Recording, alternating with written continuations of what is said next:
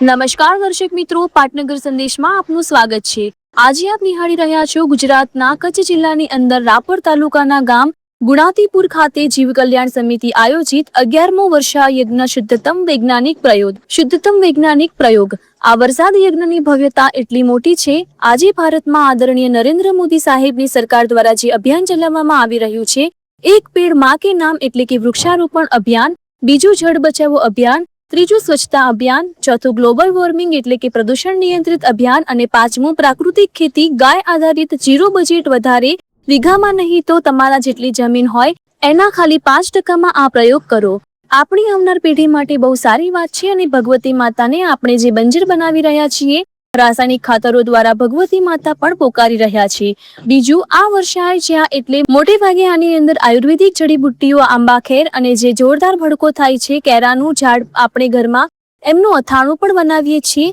નાના નાના કેર આવે, બીજું અસંખ્ય પ્રાકૃતિક જડીબુટ્ટીઓ, ચાંદીના સિક્કા, ટૂંકમાં દેશી ગાયનું શુદ્ધ ઘી, હજારો લીટર, આ બધાનો જ પ્રયોગ સુંદર રીતે વૈજ્ઞાનિક પદ્ધતિથી વર્ષા યજ્ઞ એટલે કે વરસાદને લાવવા માટેનો મેઘરાજાને ધરતી ઉપર પધરામણી કરવાનો યજ્ઞ, કોઈ અંધશ્રદ્ધા નહીં। જે ઉપર વિષયો કીધા સરકારના અભિયાન, એના માટે આ વર્ષા યજ્ઞ શુદ્ધતમ વૈજ્ઞાનિક પ્રયોગ ખૂબ જ ઉપયોગી, મહત્વનો અને આદરણીય મોદી સાહેબની સરકારે પણ આમની નોંધ લીધી છે।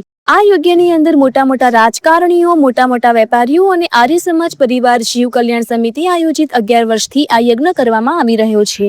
આ યજ્ઞની અંદર ગઈ તારીખ 16ના દિવસે આપના પાટનગર સંદેશના પત્રકાર અને આર્ય સમાજ પરિવારના કમલેશભાઈ પટેલ પરિવાર સાથે જઈ અને આ વર્ષા યજ્ઞની અંદર આહુતિ અર્પણ કરી હતી અને તેમની વાત પણ તેમના વ્યક્તિત્વમાં પર્યાવરણ અને યુવાનો વિશે પણ ટકોર કરી હતી। ખૂબ ખૂબ ધન્યવાદ મિત્રો। પાટનગર સંદેશ તરફથી કચ્છી નવા વર્ષ અષાઢી બીજની ખૂબ ખૂબ શુભકામનાઓ। નમસ્કાર। ઓમ નમસ્તે જી। ઓમ નમસ્તે। પ્રથમ માતૃશ્રી હીરાબેન ગંગદાસભાઈ વેલાણી પરિવાર અને સ્ટેજ પર વિરાજમાન હમણાં જ આપણી વચ્ચે ઉપસ્થિત થયા એ આદરણીય વિવેકાનંદજી, આ પ્રસંગના આચાર્ય ડોક્ટર કમલ નારાયણજી, મારા આદરણીય સ્વામી શાંતાનંદજી, યજ્ઞપતિજી પતંજલિ, આદરણીય એ સ્વામીજી, મારી 4 દીકરીઓ, બધાને જ હૃદયપૂર્વક આભાર। નખત્રાણા ખાતે અમારો 8મો જે આવો વર્ષા યજ્ઞ હતો, એમાં અમે સુરેશભાઈએ બધાએ અમે આવી જ રીતે ઉજવણી કરી હતી। ભાઈઓ બહેનો, આજે હું ટૂંકમાં જ 3 વિષય વચ્ચે ખાલી 4 મિનિટ લઈશ। મિત્રો, યુવાનો વિશે કહીશ, દીકરીઓ વિશે કહીશ અને પરિવાર વિશે અને યજ્ઞ વિશે અને પર્યાવરણ વિશે। ભાઈઓ બહેનો, પ્રથમ તો હું અંદર એન્ટર થયો એટલે આપણા યુવાનોની અંદર હું ચકાસણી કરું કચરાપેટીની, એની અંદર પાન મસાલાની થૂકો મને દેખાણી, તો આપણા માટે સારું નથી। વ્યસન યુવાનોની જિંદગીની અંદર સુખ, શાંતિ, સમૃદ્ધિ, પદ, પૈસા, પ્રતિષ્ઠા બધું જ પત્ની, વ્યવહાર મૂકી જાય, છોડાવી દે છે। તો આના માટે કરી અને આપણા યુવાનો ટૂંકમાં સમજી જજો। બીજી વાત કરું, મારી યુવાન દીકરીઓ જે આપણી છે, આપણી દીકરીઓ એમના માવતરને પૂછ્યા વગર 25 વર્ષની કે 21 વર્ષ ઉપર થાય ત્યારે પસંદગીના લગ્ન ન કરી મમ્મી પપ્પાને પૂછીને કે આગળ વધવું। હમણાં આપણા સમાજનો મોટો પેચીદો પ્રશ્ન છે, વિથોણની અંદર આની ઠરાવ કરવામાં આવ્યો છે, એ ટૂંકમાં જ કહું છું। ત્રીજી વાત, મારા જે આ વાત મેં કહી, ભગવાનથી પહેલા કોઈ નથી, પરમેશ્વરનો અહીંયા હાજરી છે, પણ માતાથી મોટું વિશેષ સ્થાન કોઈનું નથી, એટલે મેં હીરાબેન માતૃશ્રીનું નામ લઈ અને મારી વાત શરૂ કરી। આદરણીય ભાઈઓ બહેનો, મારે વધારે નથી કહ્યું, પણ આપણા દેશની અંદર જે આ યજ્ઞ છે, મારું કામ કિસાન સંઘનો હું મહામંત્રી કચ્છ જિલ્લાનો રહી ચૂક્યો છું, આર્ય પરિવાર સાથે જોડાયેલો છું અને આ બધી જ વાતો કહેવાનો જ્યારે આજે અવસર 4 મિનિટનો મને મળ્યો છે, આપણી પ્રોગ્રામ ચાલુ હમણાં થઈ જ રહ્યો છે, ત્યારે દેશ અને દુનિયાનો મોટામાં મોટો પ્રશ્ન ગ્લોબલ વોર્મિંગ એટલે કે પ્રદૂષિત વાતાવરણ। પૈસા હશે પણ શરીર જ નહીં હોય તો શું કરશું? તો એનું ઉત્તમ માધ્યમ તમે આ જોઈ રહ્યા છો। આ યજ્ઞ શુદ્ધ વૈજ્ઞાનિક પદ્ધતિથી થઈ રહ્યો છે। સાબરકાંઠામાં મેં સુરેશભાઈને એમની લિંક મૂકી છે, મારો ગ્રાઉન્ડ રિપોર્ટર ત્યાં પણ લીધો, ત્યાં પણ આ યજ્ઞ વર્ષા યજ્ઞ આચાર્યજી વહાં પે ભી ચાલુ है। साबरकांठा अरवली में।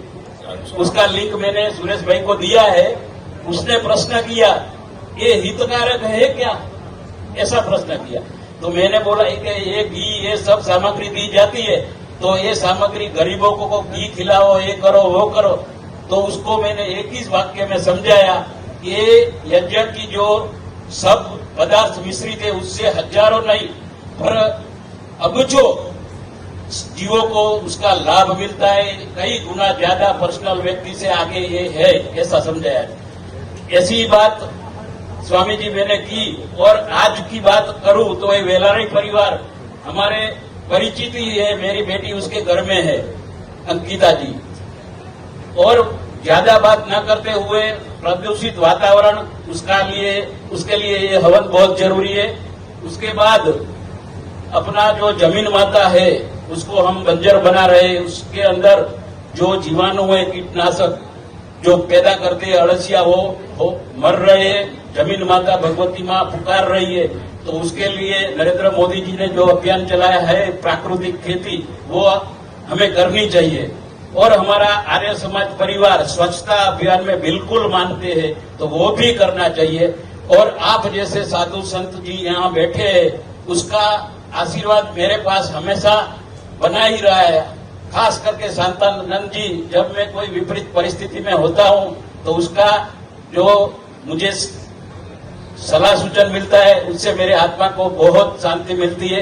कल यहाँ पे काले आपड़ा कने जे मुख्य આવવાના છે કેશુભાઈ પટેલ ભુજના ધારાસભ્ય વિરેન્દ્રસિંહ, પછી નવા ભરાયેલા કલેક્ટર શ્રી, મને બધી જ માહિતી છે આવશે। એમને મારા રામ રામ સુરેશભાઈ કહેજો, બધા ઓળખે છે।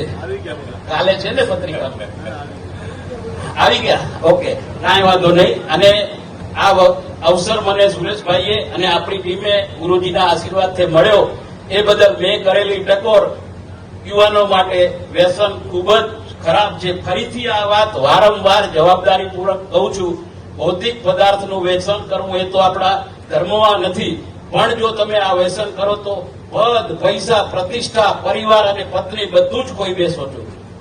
50 વર્ષથી ઉપરના જે છે એમને એમની આધુનિકતા માટે કે વ્યવસાય માટે ક્યાંક ભૂલો કરી હશે, પણ હમણાંના જવાન યુવાનો છે એમના માટે આ વ્યસન બહુ ખતરનાક છે। આ વાત હું તમને ફરીને પાછી કરું છું। ખૂબ ખૂબ ધન્યવાદ બધા મારા આદરણીય આર્ય સમાજ પરિવારો અને વહુ અને સાસુ એની વાત કરું। એકવાર માથું રાખી અને ઓકે ઓકે ઓકે આ વિષય ઉપર એ જ વાત આ બેટ સામે જોયું એટલે બસ ઓકે, ચલો મારી મિનિટો પૂરી થઈ ગઈ। ખૂબ ખૂબ ધન્યવાદ, ખૂબ ખૂબ આભાર આર્ય સમાજ પરિવાર।